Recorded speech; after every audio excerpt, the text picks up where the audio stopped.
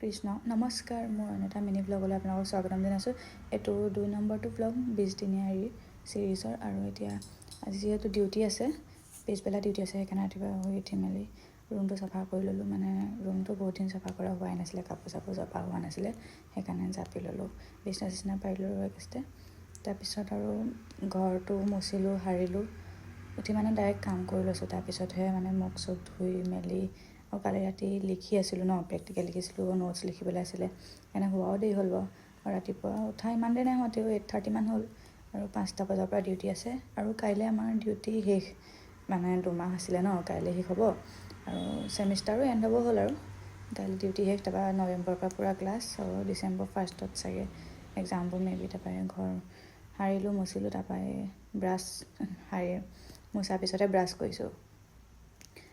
আৰু আপোনালোকে মৰম দিছে বাৰু, আৰু মৰম দিব বুলি আশা থাকিলে। তাৰপৰা গৰম পানী খাই ল'লোঁ ৰাতিপুৱা, যিহেতু অকণমান গেছ আছে, বহি বহি মানে ডাইৰেক্ট গা পা ধুইয়ে আৰু আহিলোঁ।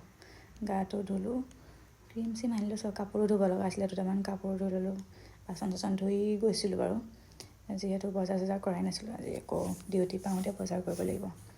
তাৰপৰা গা পা ধুই আজৰি, তাৰপিছত এইটো চুলি তুলি ফনিয়াই মেলি আহিলোঁ। আৰু চাকি জ্বলাই ল'লোঁ। চাকি জ্বলাই আজি বহুত দেৰিকৈ দেখাইছোঁ দেই, কাৰণ মানে কাম বন কৰি আজৰি হোৱাৰ পিছতে জ্বলাইছোঁ আৰু চাকিটো। আজি মানে উঠি ডাইৰেক্ট কামেই কৰিছোঁ। তাৰপৰা এই ডিউটি যাবলৈ ওলালোঁ ডাইৰেক্ট। বাকী সময়কণ মই লিখি আছিলোঁ। আৰু এই হস্পিটেলত মানে মোবাইল নিব নিদিয়ে ন, দেখাব নিদিয়ে যে, সেইকাৰণে সেই অকলকে ভিডিঅ' কৰি পাই আহি থাকোঁতে ৰাস্তাটো মানে বহুত বেছি ভাল লাগে এডোখৰ ৰাতি হ'লে। কাইলৈ ডিউটি শেষ আৰু যিহেতু, তাৰপৰা পালোহি, বহুত ভাগৰ লাগিছে। তাৰপৰা মুখ হাত ধুই মেলি ভাত চাত খাই বৈ ডাইৰেক্ট শুই দিলোঁ। আৰু লাইক কমেণ্ট শ্বেয়াৰ কৰি দিব। Bye bye.